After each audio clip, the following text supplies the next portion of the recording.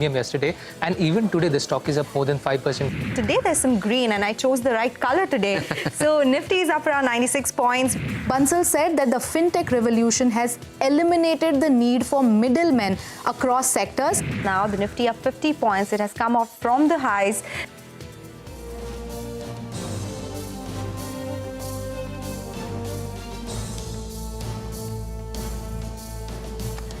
Well, that was the day so far. Things are quiet on the index front as we wrap out today's trading session. Pretty directionless. You're watching Closing Bell. We're coming to you live from the CNBC-TV18 Motilal Oswal studio. I am Reema Tendulkar. With me is Surbhi. Hi, Surbhi. Hi, Reema. And one would have to say that it's turned out to be a little disappointing given the promising start that we had in the morning. The Nifty at one point was galloping a good 70, 80 points. But then it's kind of fizzled out again. The market's directionless, at least at the index level. And it's not just the Nifty you can blame. Even if you look at the Bank Nifty or the Midcap Index, it's just very, very quiet. And the action remains restricted to individual stock names.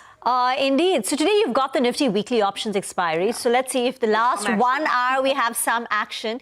And then post-market hours, the US, you'll get the non-farm payroll data. It typically comes out on Friday, but considering US markets are shut tomorrow on account of the Independence Day holiday, that data point is getting advanced. But as Surbhi was saying, it's all about individual mid-caps. While the small cap index, by the way, is up more than 0.5%.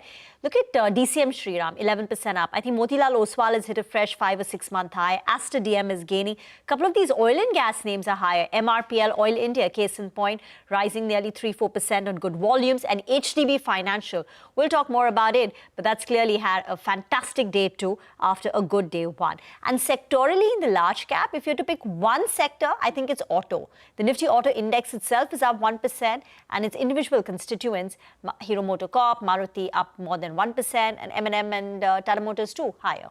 Yeah, absolutely. So, this is what it is. It's all about individual stock names, and that's what's driving the action.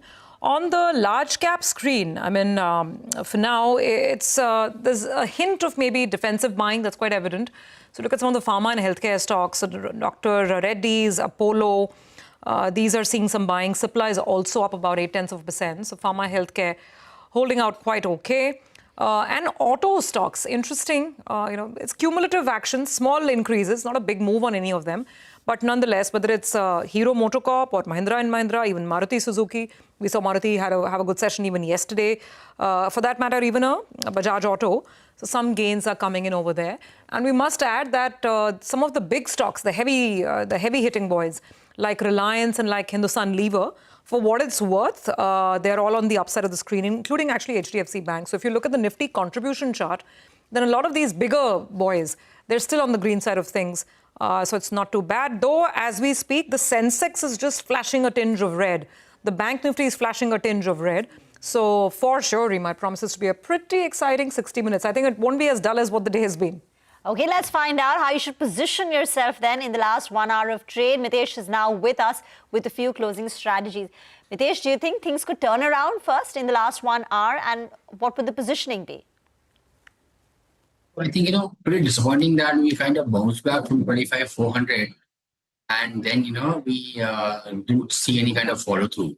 So I think we are back to those 25,400. If in case we start breaking below that, there could be a chance that you might go to 25,200, but that should be it. And the market will again, go into some kind of consolidation. So nothing negative. Yeah, but I think, the fact that it's kind of come up from the day's high means that you need not be very aggressive on the long side. Mitesh, what about individual stock names? What are you going with last hour? So Bosch is something which has given a very strong pricing volume breakout by here with a stop at about 34, just below 34,000 for targets of 35,200. And the other one is Chambal Fertilizers. It's been consolidating on its 200 average value. The stock can now be bought with a stop at 552 for a target of around 580. Okay, so looking at Bosch, Bosch indeed has moved up smartly 5% or so higher. That's on the mid-cap side. On the large cap screen, Mitesh, any takeaways? Some of these auto stocks, like I was highlighting, even yesterday, they were up a little bit. But I don't know if there's any clear trade that you're seeing. Maybe an HDFC Bank, Reliance, Auto, any large cap? Reliance has already rallied a bit, and HDFC Bank has kind of started to get into contracting kind of mode after making a fresh high beyond 2000. Within the large cap space, my sense is that for the time being, just avoid it out. You'll find trading ideas somewhere in pharma space, couple of IT names, and few other stocks. So and cement is something which is very clearly outperforming. So the broader large cap, I would just stay away from. Got that. Let's talk about the big drama which is unfolding now at the airport. One day after Dream folks accused two airport operators of pressuring banks to block or stop transaction payments made to the company, Adani Airport CEO has made a clarification about eliminating middlemen in the airport lounge business. Madiha now joins in with the entire story. Madiha. So Adani Airport CEO Arun Bansal has spoken about the airport's lounge business in a LinkedIn post. He said that passengers across India can now access lounges directly through Adani Airport's platform in partnership with other lounge operators. He said this has been made possible by the innovation coming out of the group's in-house digital lab. Bansal said that the fintech revolution has eliminated the need for middlemen across sectors. In this case, he is referring to lounge access providers like Dream folks. He went on to say that in today's tech-led world, only companies willing to disrupt themselves will survive. The rest will disappear, is what he said. Remember, this comes a day after Dream folks told CNBC-TV18 that it is being pressured by two large airport operators to exit the lounge business. They claim that there's a coordinated campaign to damage their reputation and push them out of the market. Now, for context, Dream folks is a lounge access aggregator. It offers lounge access not just at airports, but also at railway stations, highways, and even visa centers. Now, just to add some context for our viewers, here's how the lounge ecosystem operates. The airport operator awards the lounge contract or runs it directly. The lounge operator manages day-to-day services. This could also be the airport operator itself. The access provider, like Dream folks, connects passengers to lounges via partnerships. Then payment gateways like Visa, MasterCard and RuPay enable the transactions. And finally, banks and credit card issuers tie up with access providers like Dream folks to offer free entry to customers. So when Arun Bansal talks about eliminating middlemen, this means doing away with lounge access providers. So in an airport where Adani is the airport operator, lounge operator, it will also be the lounge access provider. This is what we've understood from Arun Bansal's LinkedIn post. Okay, all right, Madiha, got that. Thank you for the context. Indeed, this is snowballing into an ongoing dispute of sorts from the looks of it. And today, for the second day running, we have the Dream folk stock under pressure. Last I checked, it was still down about 5%. Let's pull up Dream folks. And obviously, it's been a huge wealth destructor as well this year. Pull up a one-year chart or even a year-to-date chart of Dream folks. It's been a huge underperformer. Down, I think, 40-odd% in 2025 and down even more if you're looking at the last 12 months. 45% this year. That is Dream folk. Let's quickly get in a comment from Deven Choksi, who's joining in. Deven, you were, of course, hearing the story play out. You've heard the explanation from the Adani side as well. What's your sense? I mean, if someone has been holding the stock and if they were patient, thinking, okay, I've bought a good business, I like the company, let me, stay patient. If someone's not sold, I mean, what is it already too late? And on the flip side, would you at all look at venturing in now? So good afternoon, Survi. I think while not completely sure about, what is the total dent in the revenue that this particular company would have in a course of time. But one thing which appears very clear to me is the disintermediation process. This disintermediation process is a profound one because I think as the use of, the fintech at the last mile connectivity by the aggregators like, or the airport operators like Adani Airports, I think would really mean that companies like DreamFox will have to reinvent their business model. Having said that, I think some of the smaller airports where the larger players' availability is not around, they can still continue to offer the services. But over a period of time, I think these particular services would remain under threat also on the margin front, apart from, the technology dent, that you are going to see in this kind of situation. So not completely sure whether the investors should be holding into this particular company or not, because immediate attention may not come onto the revenue loss beyond a point. But I think a long-term threat cannot be denied if this disintermediation process is a reality. Okay, that's quite a lot of wealth destruction taking place in Dream, folks. By the way, markets, the Nifty is now on the verge of breaching the 25,400. So things are unraveling, down 50 points in the Nifty. Reliance Industries has turned. So Reliance Industries is down close to about 1/3 of a percentage point, but from the day's high, we've seen it slip. That's the 12-month chart. If you could pull up an intraday chart, there you have Reliance Industries. What a sharp fall. Very sharp fall. Very sharp fall seen in Reliance Industries. So that's contributing on the way down. Exerting pressure is also L&T. Some of the PSU banks like State Bank of India, ITC, and Bajaj Finance.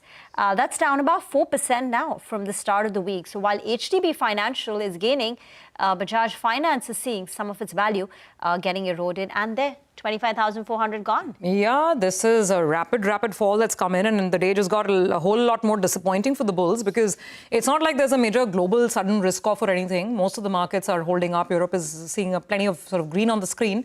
This is India-specific. Maybe it's expiry-specific.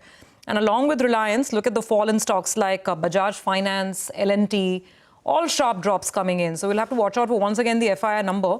Remember, in the morning, Nigel was also telling us that the FII positioning on the short side has been increasing.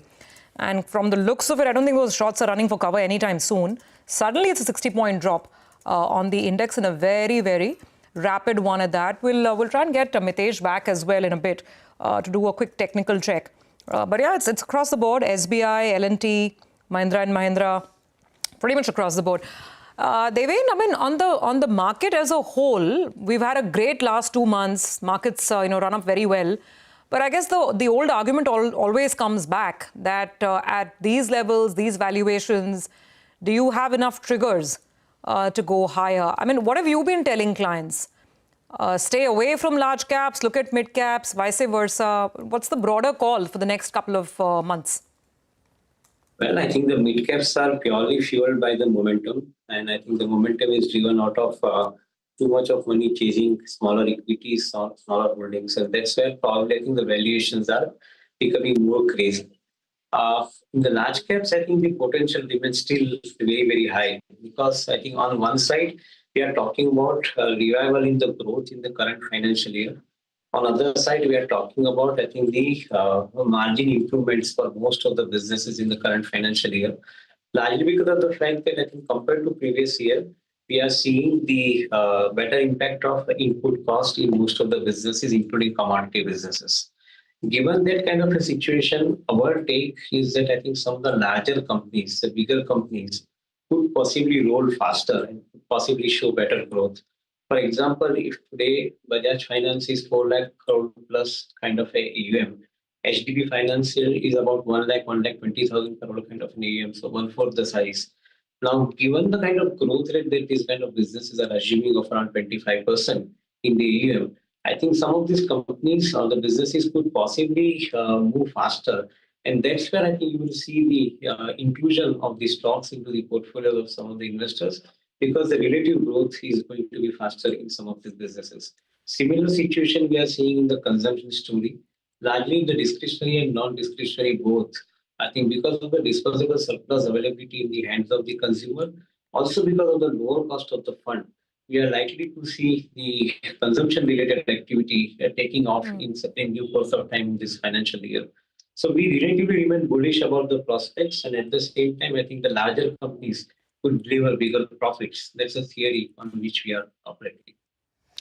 All right, let's get a handle then on the consumer names and the kind of updates that we're getting on Q1, the quarter gone by. Avenue Supermarts and V2 Retail. Mangalam is here with the numbers. Well, for Avenue Supermarts, it's a 16.2% revenue growth that the company has reported. It's slightly softer than what the company has been reporting on a historic basis in the first quarter of the last couple of years.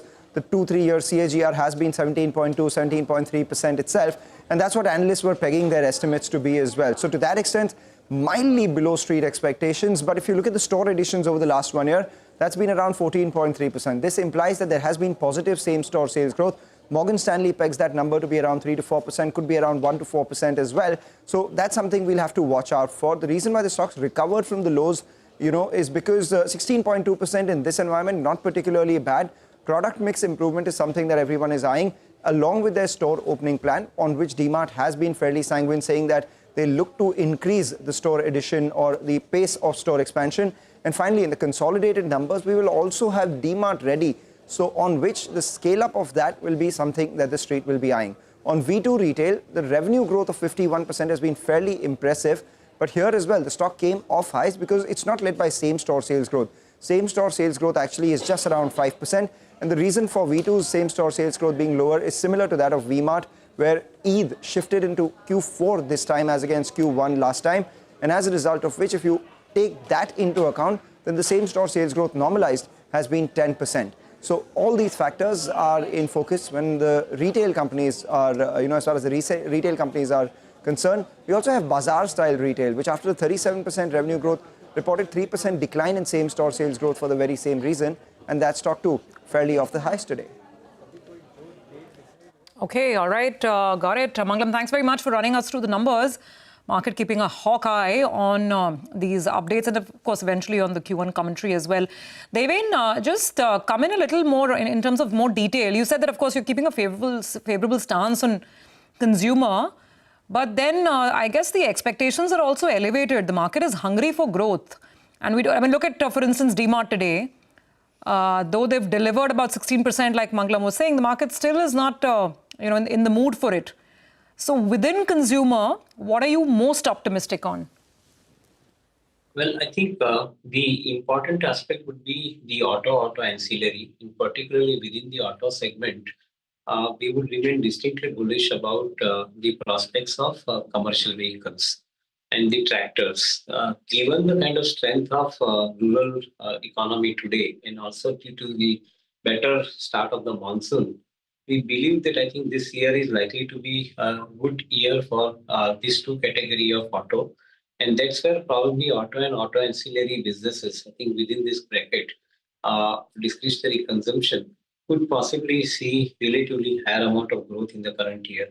Fortunately, the auto stocks are also having the prospects of better profit margin in the current year because of the lower input cost, lower raw material cost.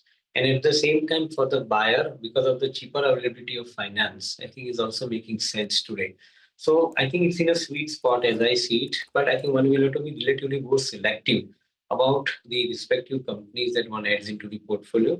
Where the valuation upside is still available, I think those companies will be slightly better off compared to the overall basket. The biases today at least shifted towards, say, a Hero MotoCorp or Maruti Suzuki in terms of gains, which could benefit if there is more money in the hands of consumer or the rural economy revives. Though in terms of pure numbers for the month of June, it was premiumization, Eicher Motors and M&M's Auto which stole the spotlight in the show. But let's get chatting about the Nykaa block deal. Mangalam is now joining in with the details. Mangalam. Well, 2.1% equity was changed or exchanged hands in Nykaa in today's trading session. And since last evening, Vivek, our colleague, has been telling us that the likely seller are HP Singh Banga and family. They've sold about 2.1% equity. But that's one part of the story. The other part is I was just trying to look at the shareholding pattern of Nykaa. And ever so often, we do keep getting blocks in Nykaa itself. So HP Singh Banga, holds about 4.9% stake in the company as of March 2025. This obviously comes down by 2.1% if he is indeed the seller in today's trading session. He's been selling in the last couple of years or so. The other individual investors that I've been looking at, Sunil Kant Munjal is one. His stake come down from 2.5% in March 2024 to 1.4% over the last 12 months or so. In fact, the public shareholding of Nykaa, the number of shareholders itself, has come down from 5.85 lakh in June 2023 all the way down to 5.2 lakh the next quarter, thereafter 4.7 lakh in June 2024. And if you look at March 2025, the number is down to 4.72 lakh itself. So a large number of shareholders, individual shareholders, have come down, and that's reflective in the public shareholding of the company itself, which has halved from 26% in June 2023 to 13.8% in March 2025. Who's buying? Is it the FIIs? Turns out not, because even the FII shareholding of Nykaa has come down from 10.5% to close to 8.8% in the last 4 quarters or so. The increase in shareholding has come in from domestic institutional investors, which have increased their stake from 18% in June 2024 all the way up to 25% in March 2025. Who are these domestic institutional investors who've increased their stake in Nykaa? We have ICICI Pru, where the holding has gone up from 1.5% to 4.5% over the last 4 quarters. Nippon AMC too has increased its stake from 3% to 6%. HDFC Life, another life insurance company, which has increased its stake from 1% to about 1.3%. And we have Kotak MF as well, which has increased its stake.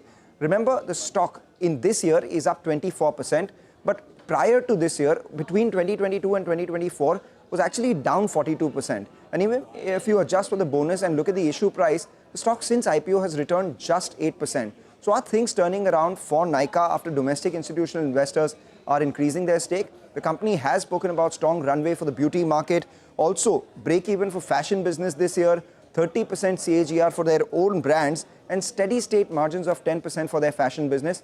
Let's see who wins the battle of shareholders in Nykaa from here on. You know, I read in one of the articles, Mangalam, that, the gentleman who's selling today, the Banga family, they were early investors and they had bought into Nykaa when the market value or the market cap was $25 million. And now it would be what? $6-7 billion.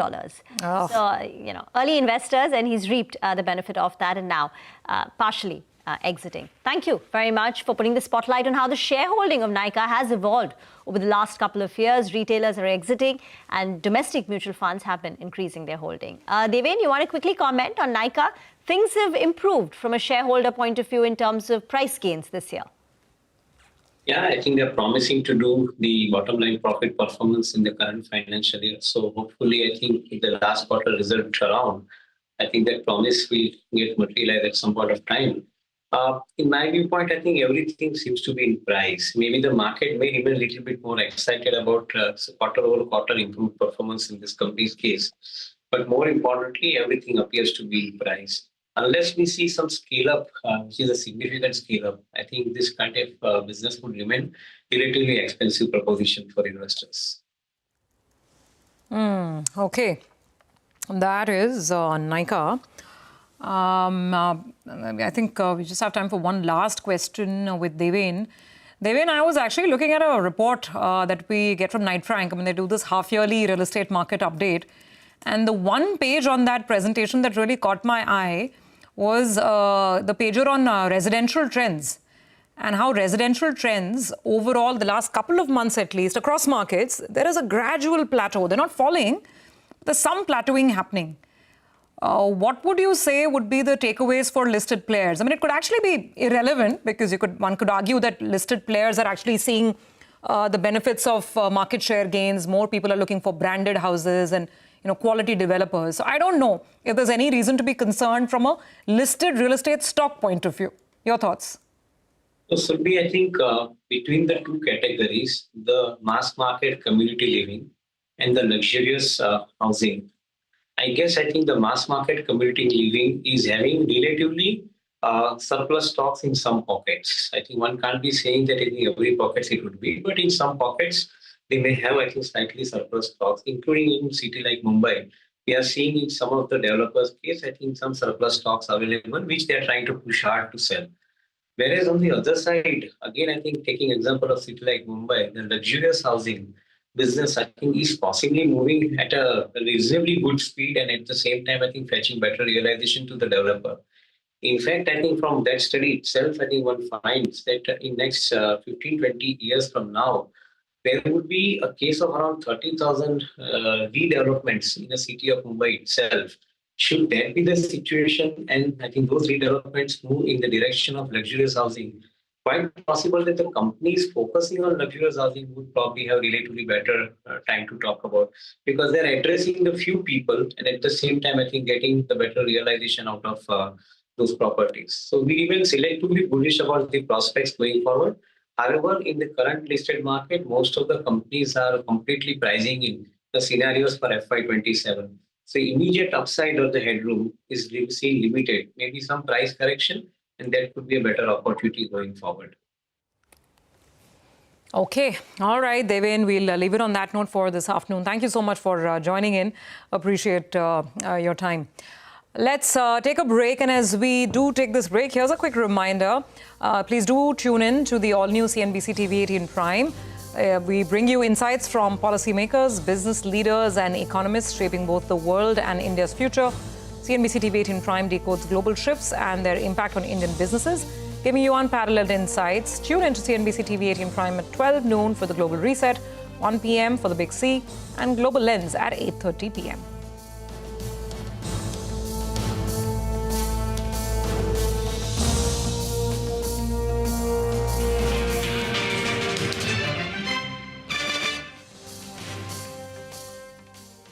एक 12 number पड़ा क्या उधर? कहाँ खोया रहता है भाई, हमेशा मोबाइल में घुसा रहता है। आपकी महबूबा देख रहा हूँ। ये सब क्या है भैया? हाँ, क्या बाइक थी यार, रिंच एकदम। हाँ, क्यों नहीं होगी भाई, बाइकर बनने का सपना जो था। फिर ये डुगडुगी गई कहाँ? पापा के साथ साथ सारे सपने भी चले गए। अब तो बस अपने गैराज में बैठा लोगों की डुगडुगी ठीक करता रहता हूँ। और अपने बच्चों के सपनों के साथ ऐसा कुछ नहीं होने देगा। वो कैसे? पहले से लाइफ इंश्योरेंस का टर्म प्लान ले रखा है, ताकि मेरे मोन्टू के सपनों पे कोई ब्रेक ना लगा सके। बड़े भैया, सपनों को रखो सुरक्षित टर्म प्लान के साथ। सबसे पहले लाइफ इंश्योरेंस। पैसा लगाना है तो सेंचुरी क्लब प्राइम पे लगाओ। डूबेगा नहीं, जलेगा भी नहीं, कोई खा नहीं जाएगा, धोखा नहीं देगा, ऊपर नीचे भी नहीं होगा, सेफ रहेगा, सिक्योर्ड भी, मिनिमम 30 साल का रिटर्न देगा। अब इससे बेटर इन्वेस्टमेंट है तो बताओ। सेंचुरी क्लब प्राइम, रहो बेफिक्र। Crizac Limited launches an initial public offer of equity shares of face value of 2 rupees each in the price band of 233 rupees to 245 rupees per equity share. Bid offer opens on Wednesday, July 2, 2025. Closes on Friday, July 4, 2025. For risk factors and other details, please refer to the red herring prospectus available on the websites of the SEBI, the stock exchanges, the book running lead managers, and the company. Boss, I just saw Raghav walking towards the parking lot. Movie date. He's not going anywhere. My car is parked right behind him.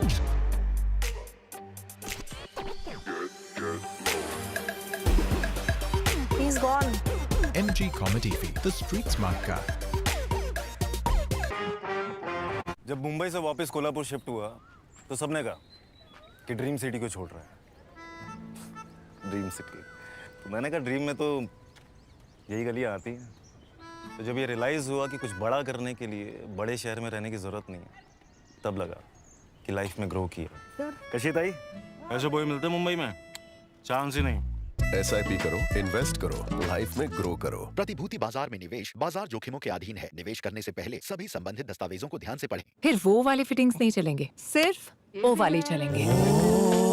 Kitchen fittings by Oso makes the world go. Dadu, Yes? what does premium mean? Beta, premium you can say is like petrol. The car will keep going till the time it has petrol. Once petrol is over, the car stops. But Dad, this time even if the petrol is over, our car won't stop. How come? With LIC's Jeevan Labh, even after the premium payment tenure is over, the policy's benefits continue. That means our journey of happiness will continue non-stop. LIC, हर पल आपके साथ।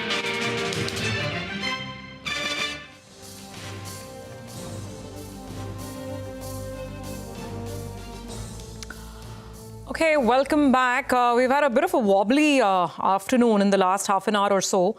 The market fell as much as 55 odd points on the Nifty. Then there's been some recovery, but it's still lower. Even the bank Nifty is down about 0.3%. So little, that's been how it is. Choppy today, especially in the second half. Well, how are we poised as we look at the second half of the year? Vikas Khemani of Carnelian Advisors is with us now. Vikas, thank you so much for being with us. So that's really the question, right? And I think the market is very fairly divided between the bull and the bear camp. The bears say valuations are high, earnings will be pedestrian, 10-11%. The bulls say at least we'll get 12% growth, a revival in earnings, and a consumption boost, an RBI boost. So the market's looking good. What do you think? I think if you can make out from our past conversations, I'm definitely in the second camp where I think definitely earnings is on a very big revival. Post RBI action of aggressive interest rate cut and infusion of liquidity in the system, there's no doubt in my mind that corporate earnings would be better. Of course, there could be one quarter and there that nobody can time out. One important factor to watch out is, of course, the BTA with US, which is expected to happen on 9th July, and I think everything goes fine. Then I guess there are not much risk. So generally speaking, I'm quite optimist, and I don't believe that India is very expensive. In fact, I feel that India will get further re-rated, in times to come. There's no market around the globe of the kind of size, growth, sustainable growth, quality of the growth. So everything is, I think, in place. In fact, most global investors are underweight on India. Indian investors are underweight on equities. So I think, in my opinion, those who are calling markets expensive will keep probably either missing out or keep sort of there could be tactical correction here and there, but I'm sure those calling market expensive are not expecting it to come to 15, 16 times price to earning ratio. So if it is a little bit of 5-10% correction here, that is par for the course. That happens all the time in the market. I'm not talking about that. But other than that, structurally, I don't think India is going to get derated further. In fact, I make a very big case for India getting re-rated further in next 3 to 5 years. You said Indian investors are underweight India? Yes, of course, because Indian household exposure to equities is still around 5%. If you look at, China is 15, US is, 30, 35%. So it is a very small kind of, 10 years ago, Indians were only 1%. So it's only going to grow from here. Obviously, from 1 to 5 also looks a lot because we are not used to getting this kind of flows. And hence, that's the reason I think there's a lot of narrative which gets created that Indian SIP will stop, Indian flows will stop. But I don't think that's happening any time in a hurry. In fact, that's only going to get more. And once you have that perspective, I think in equities are only going to get bigger and better in everybody's portfolio. Well, indeed, that's a structural tailwind and a long-term one at that. Because you're the master of finding, individual stock ideas. Tell us a little bit more, in terms of interesting ideas or trends that you've spotted, which could be big plays. When kind of find trends are kind of pretty similar. You don't really find trends every now and then.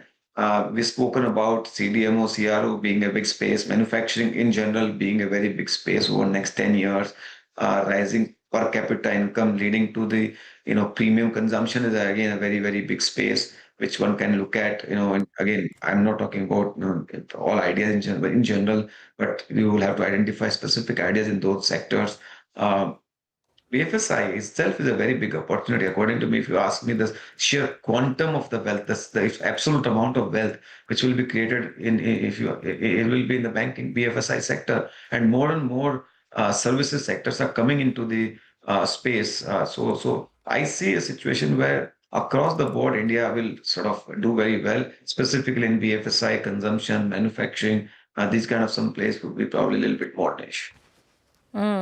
Absolutely. Take your point. We have discussed, of course, agrochemical stocks also. It's something that you like. You're expecting, turnaround to play out.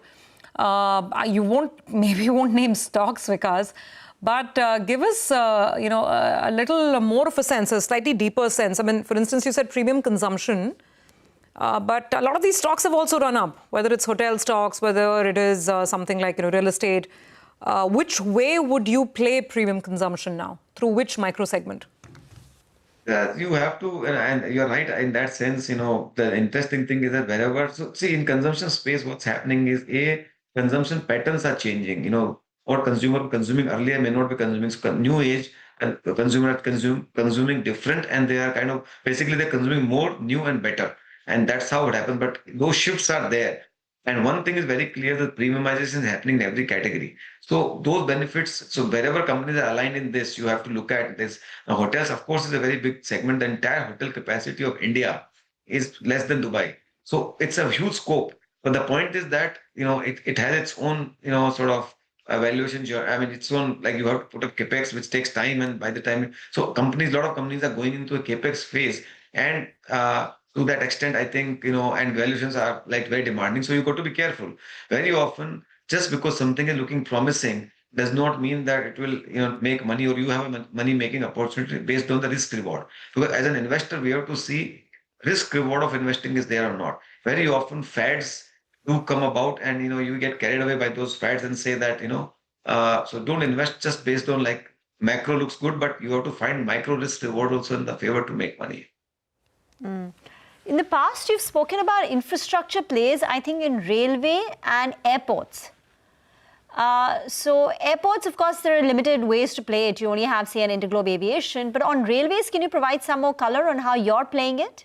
I think so. We don't have. I think in railway there's a lot of, in my opinion, fad and valuations are kind of on the other side. And so more than that, I think I'll probably comment on your infrastructure comment or question that I think there's an interesting play where we can find deep value and very interesting value is in the EPC players, the pure play EPC players where margin profile is very good and the working capital cycle has got compressed because today execution has become very, very important, whether it is public contract or private contract. If I am doing a construction of a building or construction of road or construction of metro, the timeliness of thing is has become very important. Hence, the working capital cycle has become important. Order book of all the companies are very large. Now, a repaired or better business model and available at 10, 12, 15 time price to earning versus all other players which we talked about, which are like so structurally investment cycle is on uptick. The executor or doers of those those investment cycle are right now available at a reasonably good valuation. That's a one sub segment. I do believe that the risk reward is hugely in favor.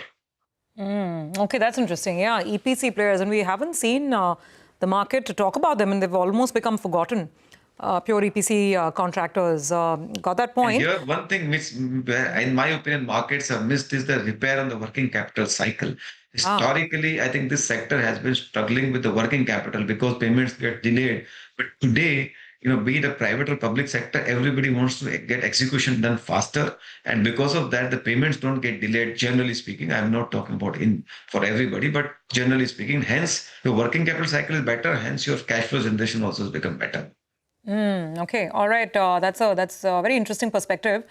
Because before we let you go in manufacturing, and we always discuss this with you, it's a very wide, array. Everything can be clubbed under manufacturing. So you need to know what to pick and where to go.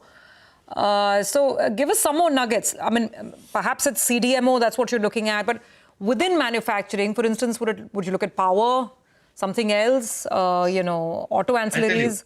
I tell you, I think broadly, you rightly said, it's broadly spread between auto components, chemicals, textiles, garments, power, capital goods, defense, electronics, multiple, right? But I think right now we find a lot of risk reward, especially in the chemicals where most people are negative around it. Structurally, chemical is a very good play, and most people have kind of don't own it, and some companies have struggled. But we think the inventory cycles have cleared, bad cycle is behind. In risk reward is falling into place. That looks reasonably good, but differentiate between commodity and specialty chemical. That's where most of the fault, mistakes gets made. And secondly, I think everything that even some of the auto component companies are also, again, I'm making a general statement, but you've got to look at company specific. They're also interesting. Risk reward is falling into place for many companies. These are two sub-segments. We have recently found some values and some ideas.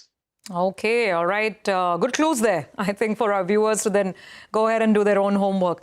Thank you very much for joining in. Nice conversation as always. You have a good rest of the day. That's a view from Carnelian Asset Management, Vikas Khemani, with his thoughts on the market. Let's take a quick break on that note. We'll come back on the other side, and we'll, of course, have final trading ideas coming up with Mitesh Thakkar, and then we'll focus on some more stocks.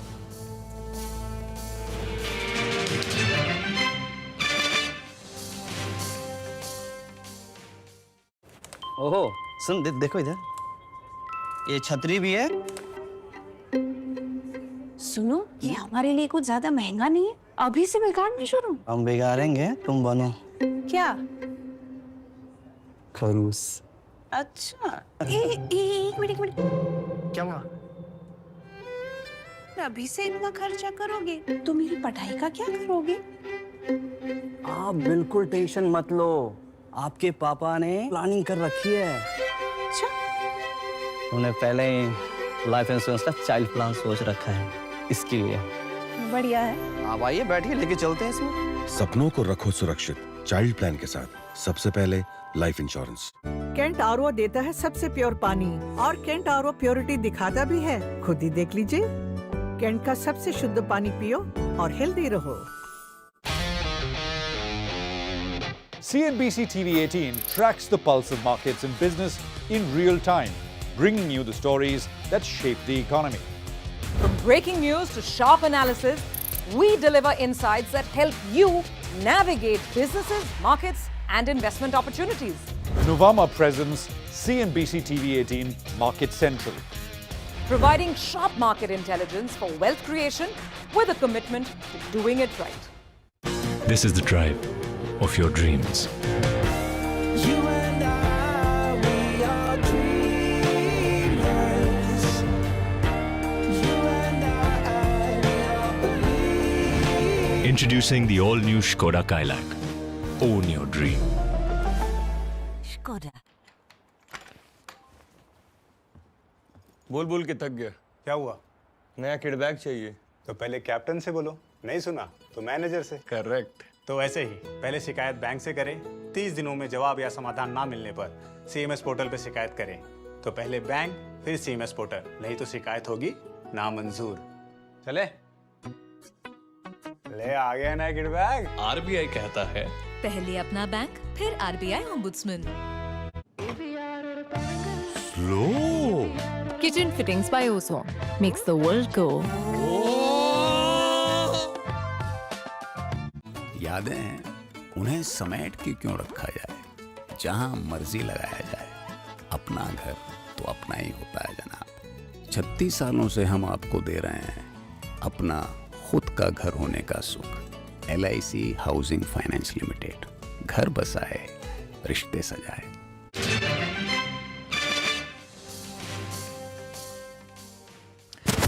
Welcome back. Let's go back to Mitesh for some final advice and trading calls.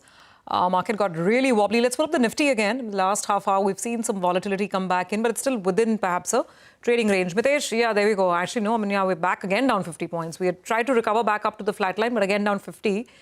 Mitesh, what do you make of the weakness? I'm actually not, very happy about the way the markets have fallen because 12.4 was a good support. We got a bounce back, but then the follow through went missing, which means that there's a good chance that we might actually test 25,200, and that should be an important support area coming in. So if the market has to consolidate, possibly 25,200, 25,650, 700 probably could be the range. And on the stock side, I have one buy and one sell. BTST on 361 wealth management. I think that's BTST with a stop at 1208 for targets of 1245. While DLF and real estate stocks have slightly turned weak. So DLF is STBT. People stop at about 836 for targets of 815. Okay. Got that, Mitesh. Thanks very much for the calls. You have a good rest of the evening. We will see you again tomorrow. Let's move on now and talk about some of the updates that we're getting from the financial services space. Now, we all know about the new listing, HDB Financial Services. It was a good listing. I mean, yesterday itself, the stock was up 13%. It's actually put on some more gains today as well. Gaurav is bringing us some more analysis on the stock, how it fares compared to the peers and how the valuations look right now. Gaurav, take it away. Well, yes, when we talk about HDB Financial, we have already seen good set of numbers from the company in terms of returns for investors because the listing gain itself was at 13%.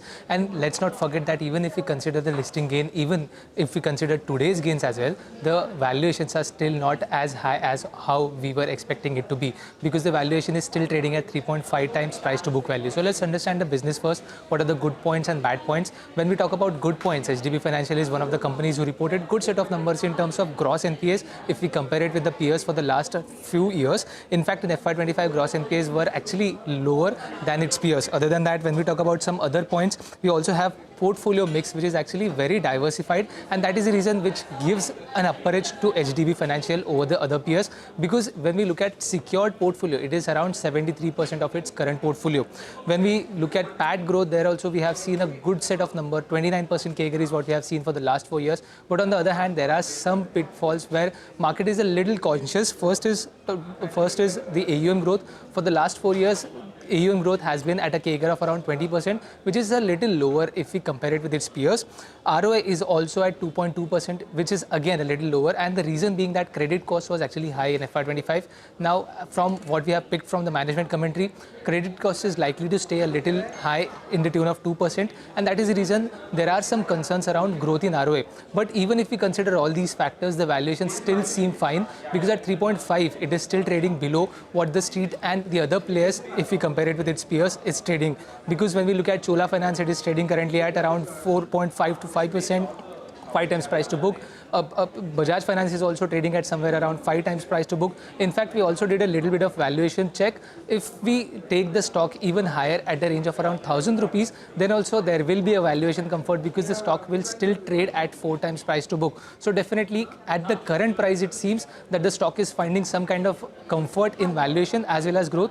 But it will be definitely a key thing to watch out for, an interesting play as how HDB Financial investors gain from here on. Okay, all right. So right now, valuation comfort, which is not what you can say about a large part of the market. Gaurav, thank you very much for the latest there on HDB Financial Services. It's holding up well with a 22 rupee gain.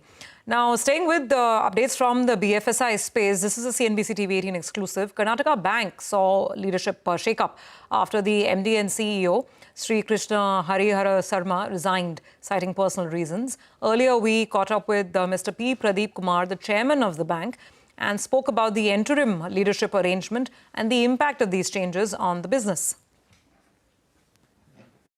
We have recommended an interim MD to the Reserve Bank of India. We are awaiting Reserve Bank of India's approval for the new interim MD. And we trust that the Reserve Bank's approval for the interim MD will be in place before the 15th July, when Mr. Sri Krishnan will be resigning. I can't say anything at that time who is the new interim MD.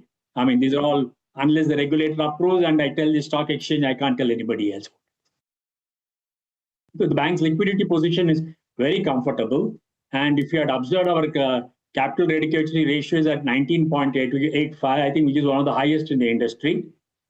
So we have enough capital for growth for the next 3-4 years, and we have sufficient liquidity. I don't think neither liquidity or capital or growth is going to be affected.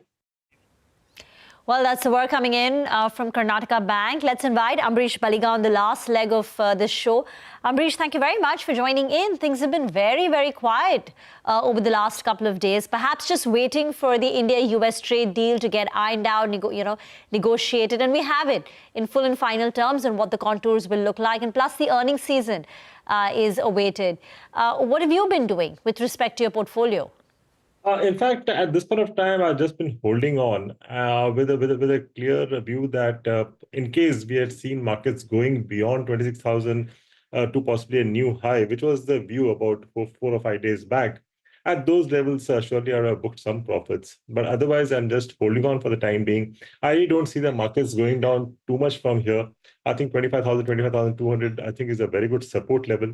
But at the same time, I'm also holding about 10% in cash, because in case we see a sudden dip for whatever reason, it could be because of the trade agreement issue or whatever it is. If we get an opportunity, I'll surely deploy that 10%.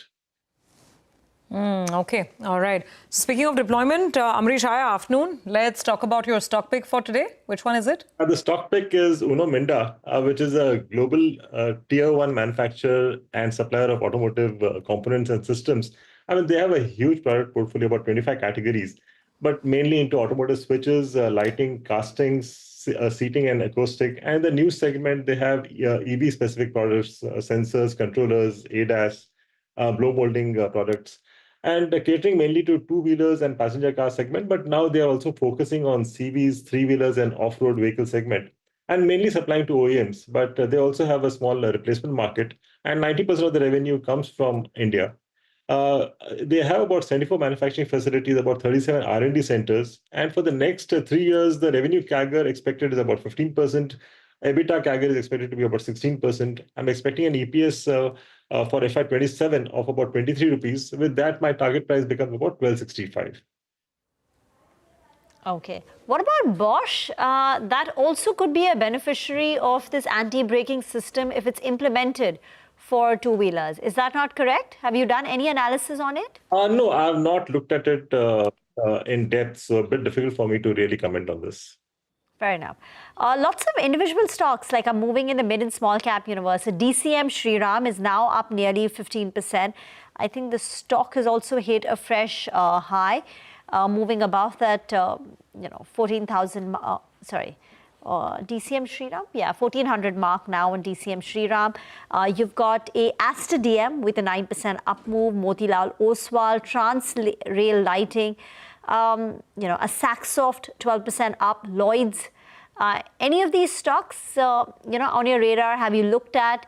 Because these are big moves in one day. Yeah, in fact, DCM Shriram is one of those which we've been tracking for a while, and I think the move has just about started. And in fact, here we believe we could see levels of about 1580, 1640 levels, possibly in the next 3 to 4 months.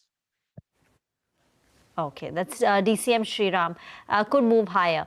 Amrish, stay on. We just wanted to get our viewers to listen in to the views that we got from Vineet Sambre from DSP Mutual Fund and Hartmut SL from UBS Global Wealth Management. As we slip into a break, listen into these excerpts. Long-term investors, I think the second view is more palatable. But let me say that I think at the moment, both the views are somewhere, I would say, balanced. And I think it is a time frame with which each of them are sort of looking at the situation at the moment. And clearly, as we have recovered from the market lows, which we had seen in the month of March to now, valuations have seen, it seems to be a bit punchy across the board, not just a few sectors, but across the board. I would say that the macro factors are now more conducive for growth versus last year. This quarter, next quarter, we still have a slightly lower growth.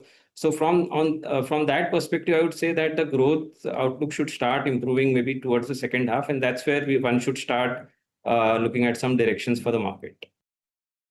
I think the portfolios really doesn't change as much really from the very short-term perspective. But broadly, what we are trying to align our portfolio towards is these macro factors which are going to mean that the balance of trade could shift to consumers as a category towards the maybe end of this year. So maybe it would be a good way to create a basket of categories, a basket of companies within subcategories, maybe a white good as a category, apparels, innerwear, QSR, some of these, and take a broader call that if we broadly are with companies which are sort of leading companies within those spaces and likely to be beneficiary of the macro trends, I think we need to take them as a basket approach, and which is what we have also done as a part of our portfolios. In our forecast, we have close to 7% probably earnings growth, which is fairly low. So if you're a company, an average company that says, okay, I compare myself with 7%, with only, so to speak, 7% before, that's much easier to beat than if I compare myself with a 25% growth pace, right? So that is easier, but there's also many sector-specific reasons. Certainly on the financial side, although that's probably a bit more fiscal year 27 focused, but then it's really when it takes off. So as an investor, only sort of 9 months away, but you want to start positioning for that. And then also what comes to my mind is also a sector we like a lot is the consumer side. So all of these things lead us to double-digit earnings growth, we think, for 2 years in a row after we had sort of a mid-single digit. And then why wouldn't I invest in this market? We have an estimate of upside for the Nifty of about, give and take, 11%, maybe 12, somewhere thereabout. So we could talk about 27,500, somewhere there in that area for over a 12-month base. So I find it difficult to suggest to anybody not to go into it at these current levels.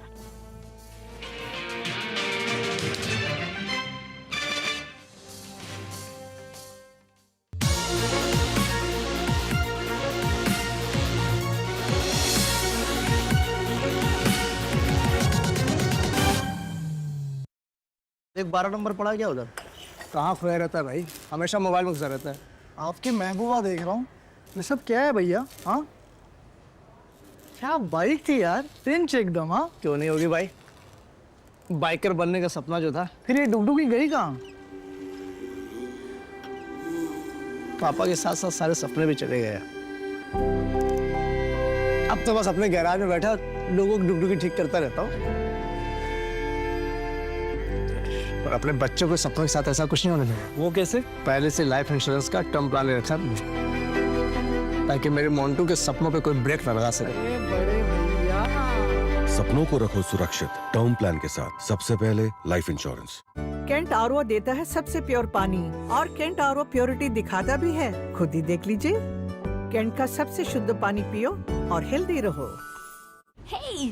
हो गया admission? Yes, अब बस loan बाकी है। Education loan के लिए SBI reliable है।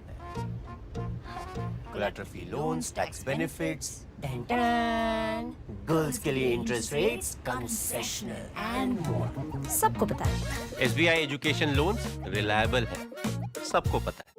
Crizac Limited launches an initial public offer of equity shares of face value of 2 rupees each in the price band of 233 rupees to 245 rupees per equity share. Bid offer opens on Wednesday, July 2, 2025. Closes on Friday, July 4, 2025. For risk factors and other details, please refer to the red herring prospectus available on the websites of the SEBI, the stock exchanges, the book running lead managers and the company. Welcome दादा। वाह! अरे भाई, breakfast मिलेगा? हाँ जी। Heater? हाँ जी। तो अब क्या सूरज लाओगे? जहाँ सूरज वहाँ रोशनी और जहाँ विक्रम सोलर वहाँ खुशियों वाली सनशाइन। रिटायरमेंट प्लानिंग के लिए तेरा SIP के बारे में क्या ख्याल है? रिटायरमेंट? अभी तो पूरी लाइफ बाकी है यार। पर तुझे नहीं लगता अगर रिटायरमेंट के बारे में अभी से नहीं सोचे तो आगे जाके प्रॉब्लम होगी? पर रिटायरमेंट के बारे में सोचना क्यों है इतना जरूरी? जब तक आप रिटायर हो जाएंगे महंगाई काफी ज्यादा बढ़ जाएगी और आपकी इनकम वो तो रुक ही जाएगी। इसीलिए आज ही म्यूचुअल फंड्स में SIP शुरू कीजिए और हर महीने थोड़ा थोड़ा करके धन इकट्ठा कीजिए एक कंफर्टेबल रिटायर्ड लाइफ जीने के लिए। अधिक जानकारी के लिए अपने वित्तीय सलाहकार से परामर्श करें। LIC म्यूचुअल फंड द्वारा निवेशक शिक्षा की एक पहल। म्यूचुअल फंड निवेश बाजार जोखिम के अधीन है। योजना से संबंधित सभी दस्तावेजों को ध्यान से पढ़ें।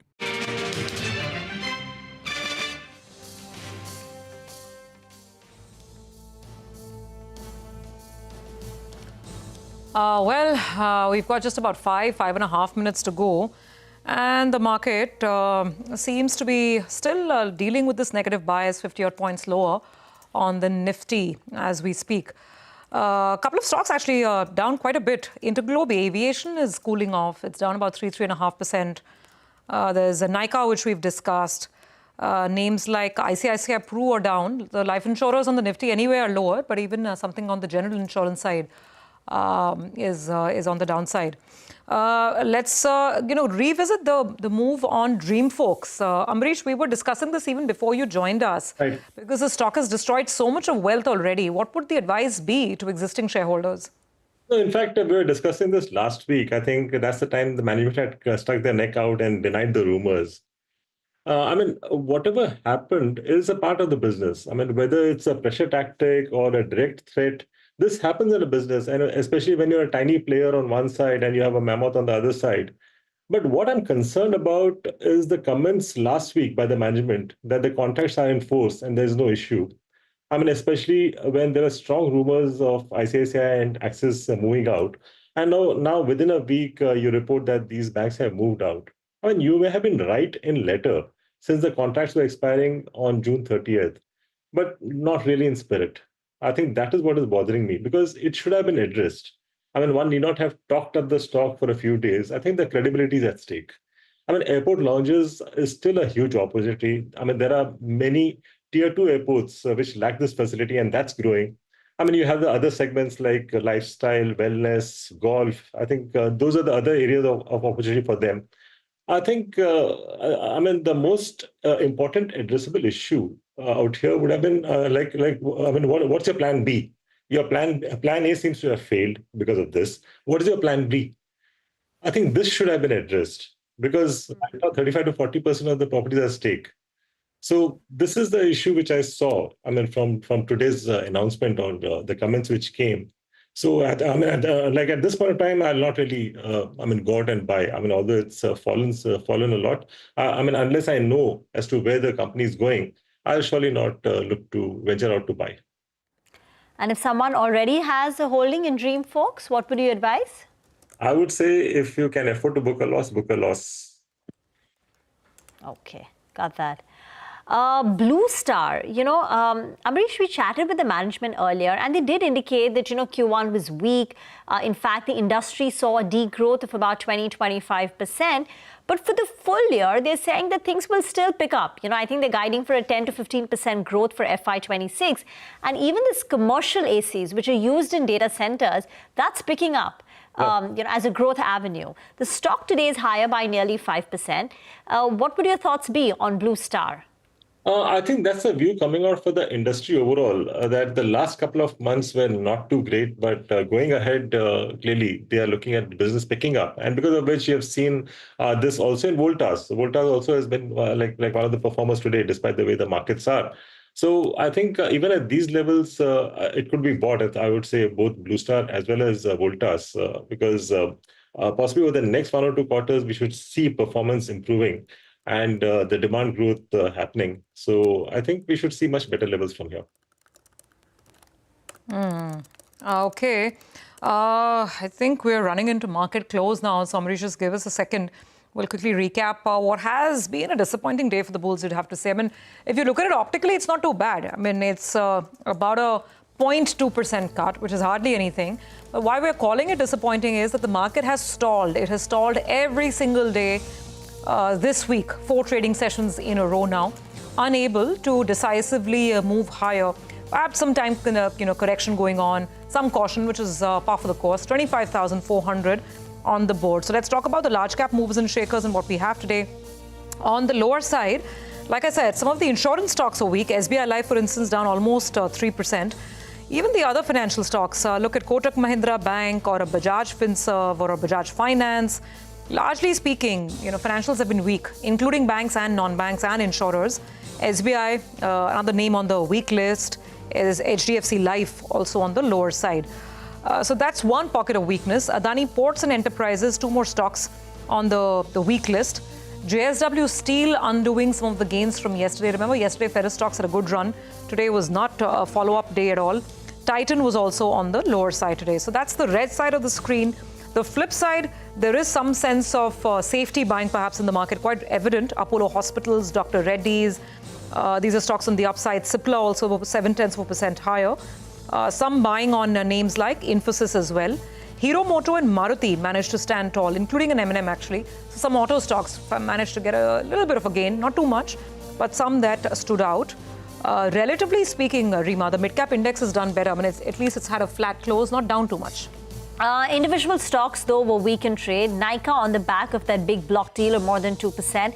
Stock ending lower, 4.5%. PNB, the Q1 update showed